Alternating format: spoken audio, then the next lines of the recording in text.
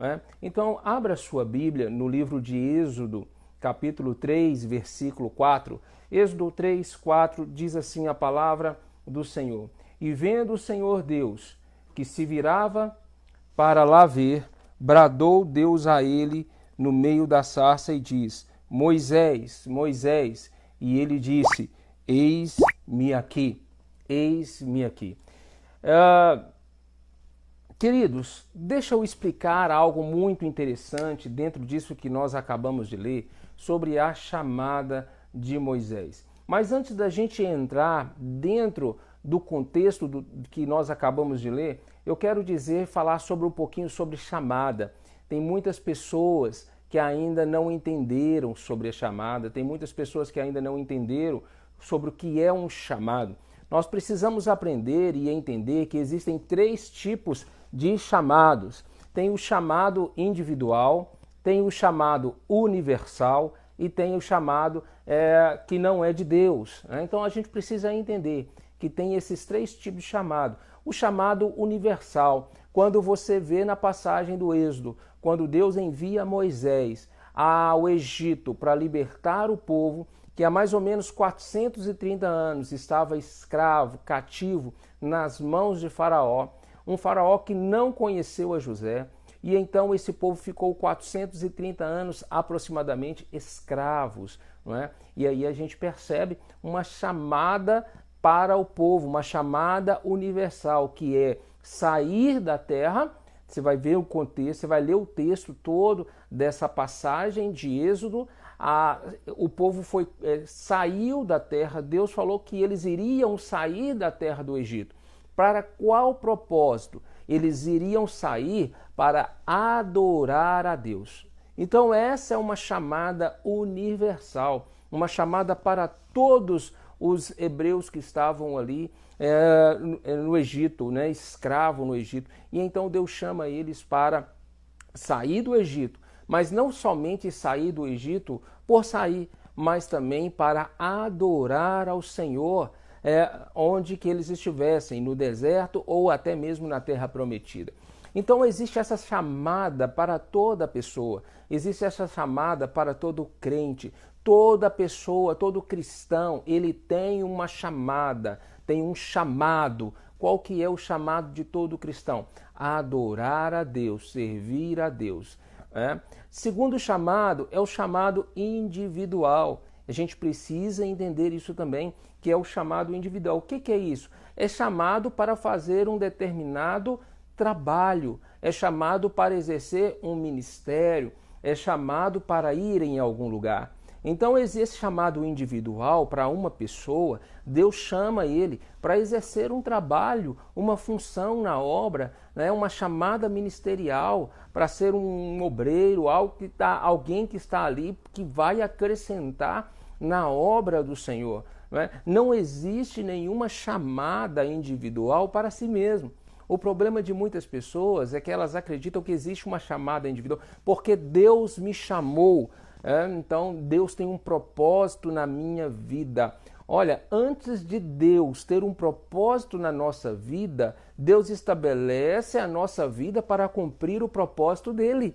E isso a gente precisa entender. Há muita confusão nos dias de hoje. As pessoas dizem, olha, Deus tem um chamado para a minha vida. Eu preciso cumprir esse chamado. E quando ela diz isso, ela está dizendo de um chamado individual, né?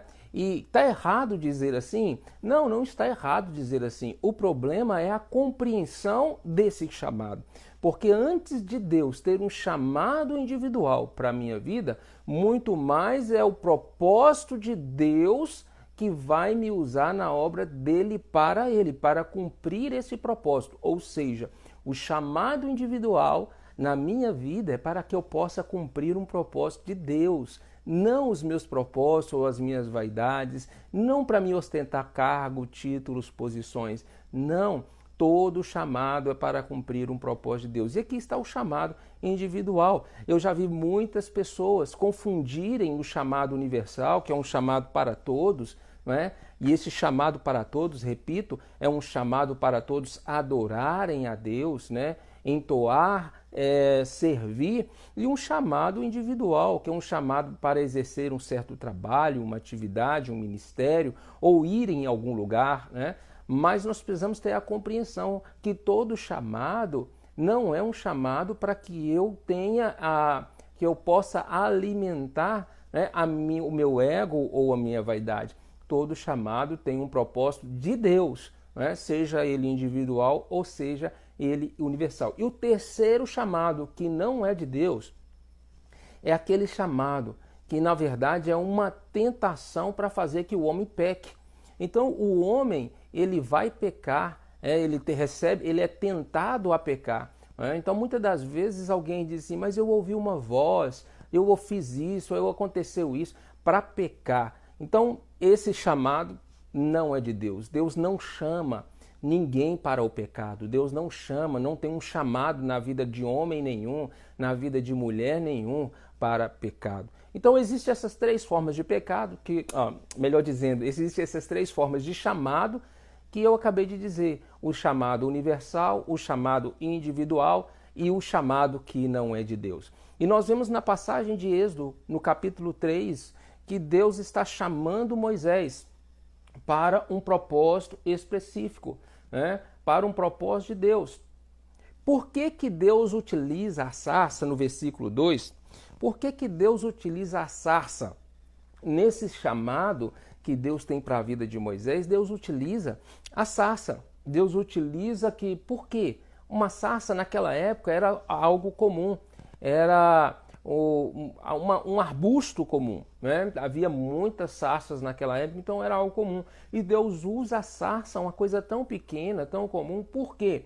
Para os hebreus. Porque numa pequena sarça, Deus se manifesta ali para Moisés. Ou seja, Deus está nos mostrando para aquele povo e também mostrando para nós que o Senhor, ele é maravilhoso, ele é eterno, ele é tremendo, ele é grandioso. Ele se manifesta de forma grandiosa. Ele se manifesta de forma a abrir o mar vermelho, a mandar o maná do céu. Sim, mas ele também se manifesta numa simples sarça, ou seja, Deus Todo-Poderoso, ele se manifesta também nas coisas humildes, né? nas pessoas humildes. Deus fala com os humildes. Então Deus se manifestando de forma que na sarça, para mostrar que ele também é Deus das coisas pequenas, né? Um outro aspecto que a gente não pode deixar de lado é que Deus proíbe a idolatria, inclusive fazer ídolos, inclusive da sarça. No versículo 4, que foi o versículo que nós lemos, né, quando Deus chama Moisés, e Moisés diz assim, eis-me aqui, hoje nós vemos esta frase sendo falada por muitos homens e mulheres de Deus sem entenderem o contexto.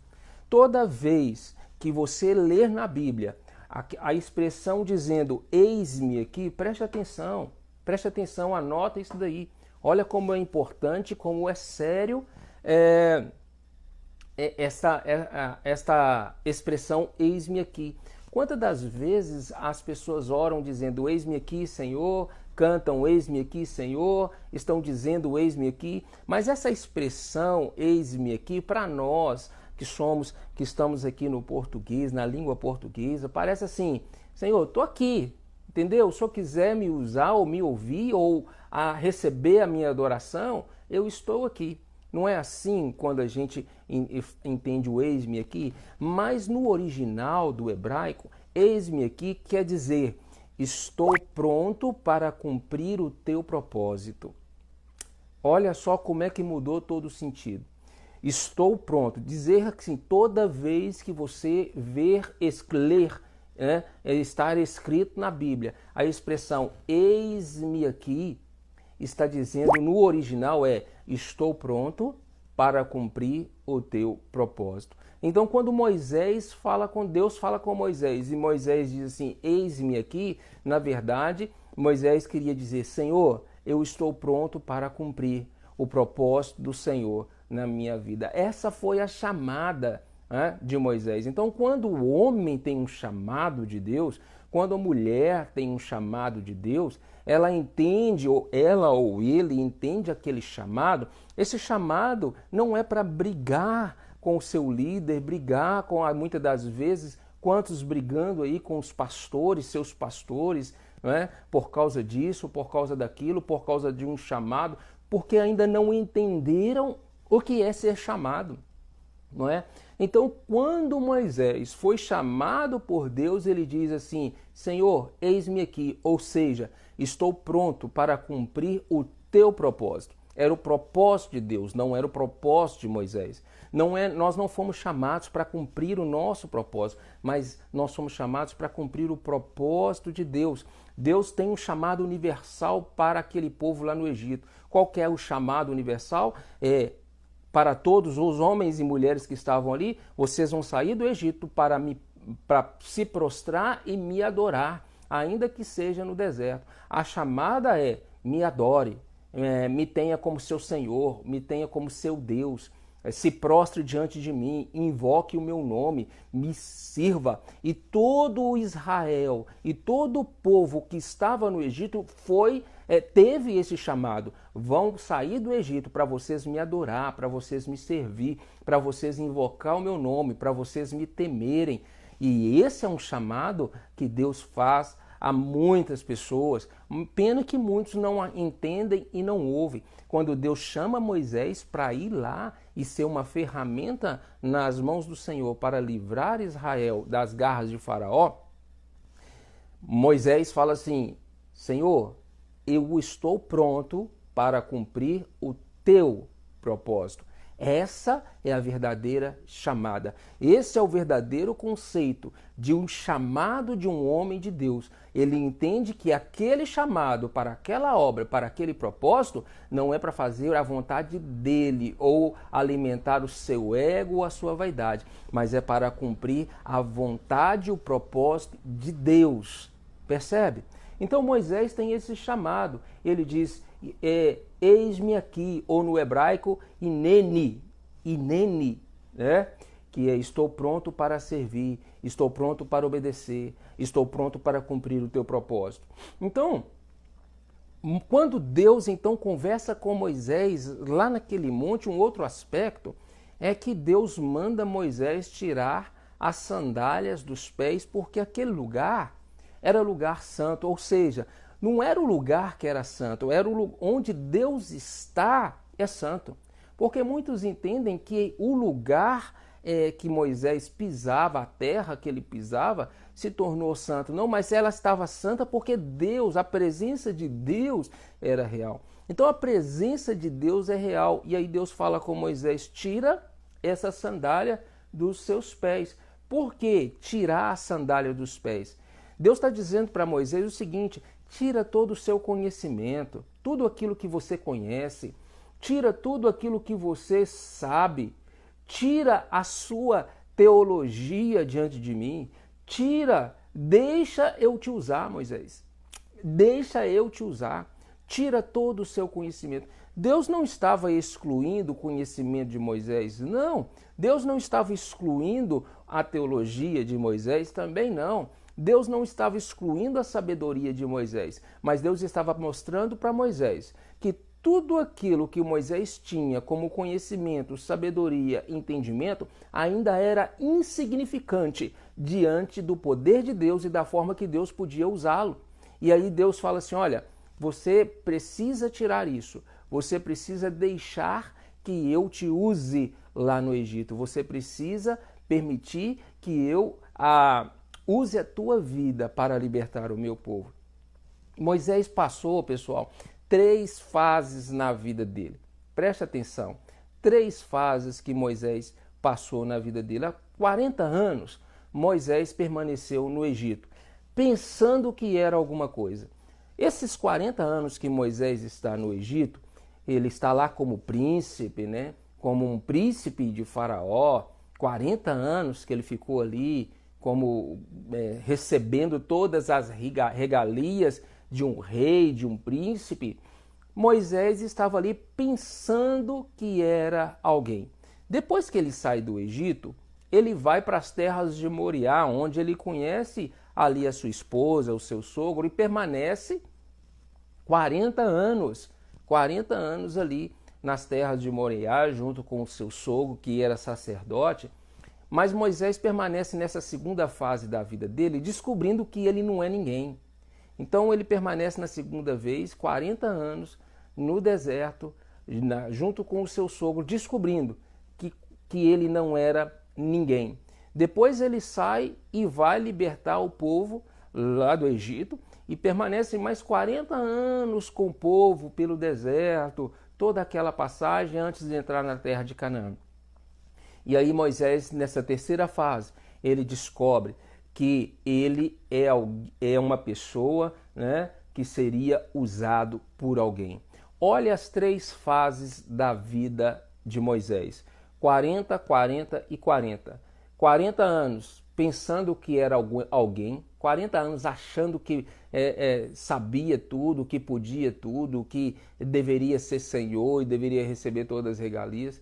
Depois ele descobre por mais 40 anos que ele não é ninguém, e por mais 40 anos nessa terceira fase ele descobre que ele é uma pessoa que seria usado por alguém. Nós sabemos que esse alguém é o nosso Senhor Deus. Então muitas pessoas, eu posso aplicar isso a muitas vidas. Quantas pessoas acham que é alguém? Quantas? Depois ela se abate e descobre que não é ninguém. E aí vem o terceiro processo, que ela descobre que, aleluias, glória a Deus, eu sou alguém, eu sou uma pessoa que nasceu para ser usada por Deus. Então, mas Moisés precisou entender que ele achava que era alguém na vida, ele precisou entender que ele não era ninguém sem Deus. E assim é a nossa vida. A gente às vezes acha que é alguém, e aí depois a gente está lá em cima achando que está no topo, de repente a gente cai lá embaixo e fala assim, eu não sou ninguém mesmo, né? E depois a gente chega ao equilíbrio. E o equilíbrio é, eu vim nessa terra, eu vim nessa vida para ser usado por Deus. Deus tem um propósito, Deus tem uma chamada, ainda que seja para adorá-lo, para servi-lo, ainda que seja uma chamada universal, uma chamada de todos, em estar trabalhando na obra do Senhor, servindo o Senhor, adorando o Senhor, ainda que seja, mas há um propósito. E aí a gente entende, como Moisés entendeu, que ele poderia ser usado por alguém. A gente percebe isso também. Olha para você ver essas três fases. No versículo 13 de Êxodo, olha que interessante, pegue a sua Bíblia, no versículo 13, no capítulo 3, melhor dizendo, versículo 13, no capítulo 3, tem uma passagem muito interessante, diz assim o versículo 13, então disse Moisés a Deus, eis que quando vier os filhos de Israel e lhes disser, o Deus de vossos pais a vós enviou, e eles disserem qual o seu nome, que lhes direi. Gente, esta passagem, Moisés está perguntando assim para Deus, em nome de quem que eu vou ir? Se chegar e me perguntar, em nome de quem é? A palavra do Senhor diz assim, que o Senhor responde a Moisés dizendo, eu sou o que sou. Não é? No hebraico é Reier, Asher, Reier. Eu sou o que sou. Essa frase para nós, ela parece meio que sem sentido, não é? Meio que não entender, eu sou o que sou. O que quer dizer isso? Nós vamos entender hoje o que quer dizer eu sou o que sou. Mas você precisa entender que Moisés conhecia os deuses do Egito. Ele passou 40 anos estudando a cultura, aprendendo a cultura, cresceu na cultura egípcia. E então Moisés, ele conhecia todos os deuses, né, do Egito, porque ele foi ensinado. E agora ele faz uma pergunta para Deus, lá no monte, de frente à sarça que ardia, naquela aparição. Ele fala assim, em nome de quem? Qual o nome do Deus? Ele fala, Reier, Asher, Reier, eu sou o que sou. Muito bem, o que quer dizer isso? O que quer dizer essa palavra? Quem, em nome de quem que eu vou dizer que o Senhor é? Não há lógica para nós entendermos assim, tá, eu sou o que sou, deixa eu entender isso. Reier, Asher, Reier, eu sou o que sou, quer dizer, eu sou o que você precisar que eu seja. Eu sou o que você precisar, Moisés, que eu seja. Ou seja, eu vou ser o que você precisar que eu seja. Eu vou ser. Tudo o que você precisar que eu seja, eu vou ser. Quando você olha no livro de João, Evangelho de João, João 6,48 diz que Jesus fala assim, eu sou o pão da vida. João 8,12 diz, eu sou a luz do mundo. Capítulo 10, versículo 9 diz assim, eu sou a porta. João 10, 14 diz, eu sou o bom pastor. João 11, 25 diz, eu sou a ressurreição e a vida. João 14, 6, eu sou o caminho, a verdade e a vida. João 15, 5, eu sou a videira. E então por que Jesus está falando tudo isso? Eu sou a porta, eu sou a ressurreição, eu sou a luz do mundo, eu sou o bom pastor, eu sou o caminho, a verdade e a vida, eu sou a luz do mundo. Por que Jesus está esclarecendo isso no Evangelho de João? Porque o que Jesus é? Jesus é o que o povo precisa que ele seja. Ele precisa... olha que Deus, olha que coisa maravilhosa. Jesus é o que as pessoas precisam que elas sejam. Então, às vezes as pessoas falam, não tem solução para mim, porque eu pequei. Jesus é aquele que perdoa o pecado. Jesus, aí a gente fala, algumas pessoas dizem, não tem solução para mim, não tem salvação. Jesus é a salvação.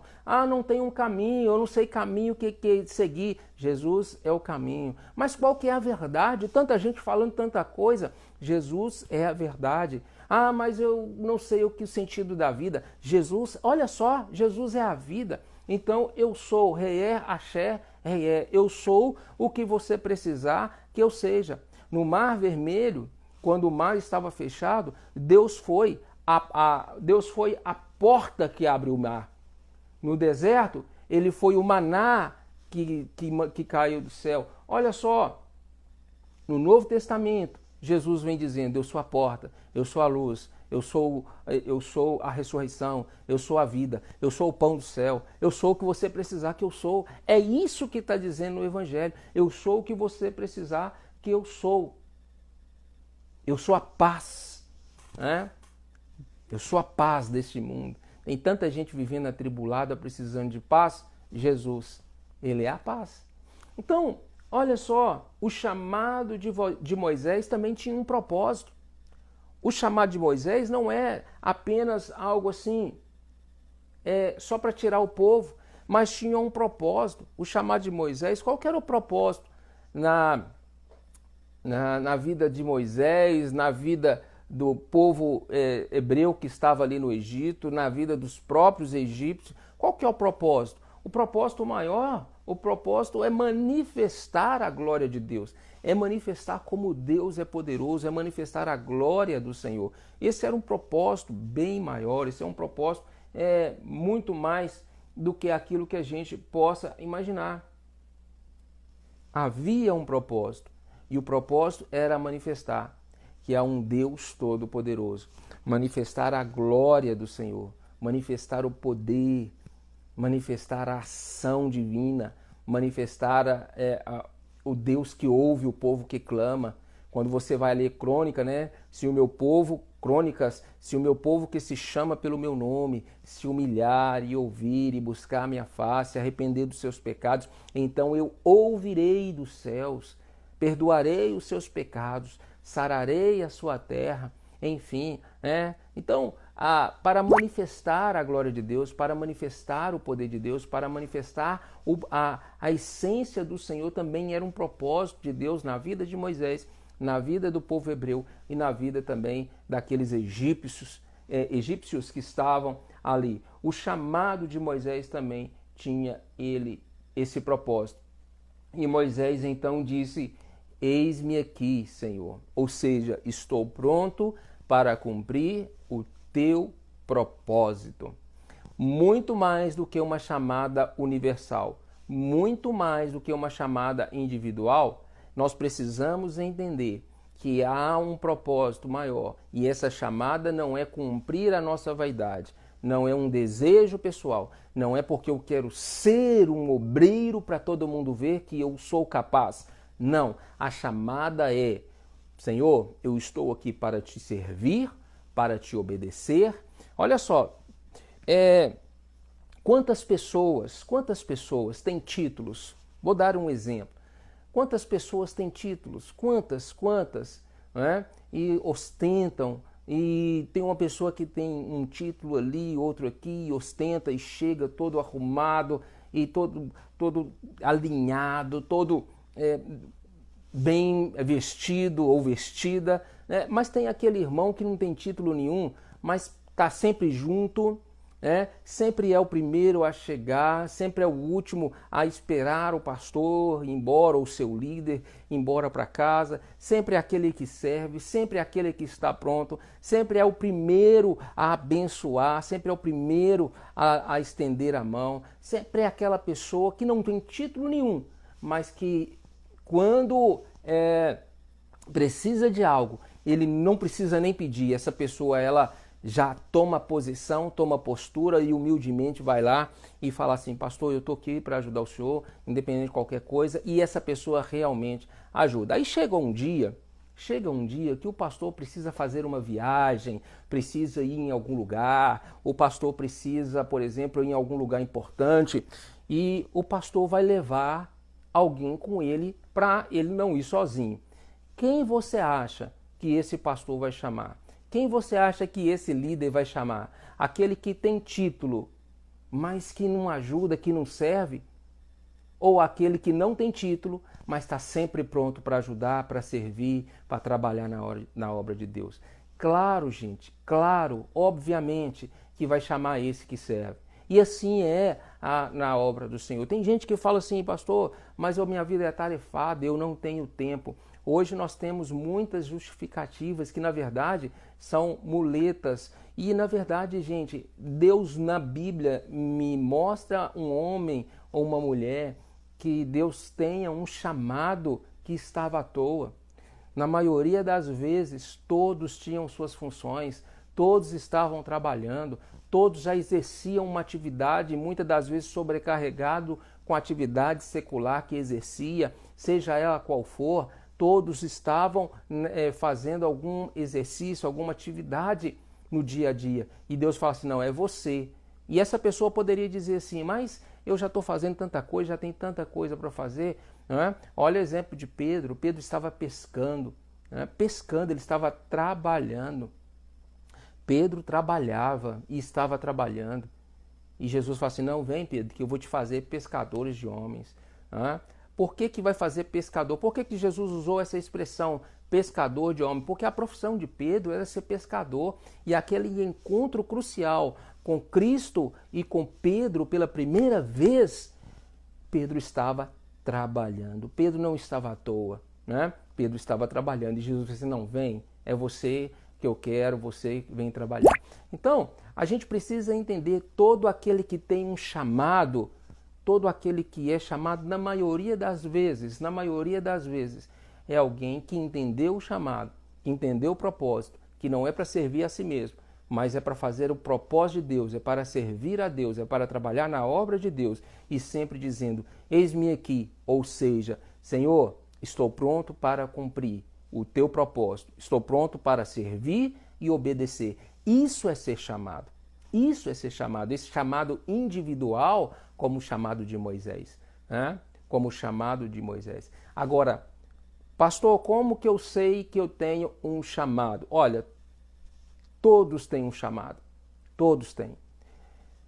É chamado de chamado universal, ou seja, um chamado para servir, um chamado para adorar, um chamado para invocar o nome do Senhor, um chamado para prostrar, para cantar, para render louvor, render graças, sabe? Esse chamado todos têm. Infelizmente, nem todos obedecem a esse chamado, nem todos querem cumprir esse chamado. E aí a gente precisa entender sobre o que é chamado. Agora, um chamado que não é de Deus é o que eu falei e repito, é aquele chamado que é uma tentação para o pecado. Esse chamado, que é uma tentação para o pecado, não é de Deus, não é de Deus.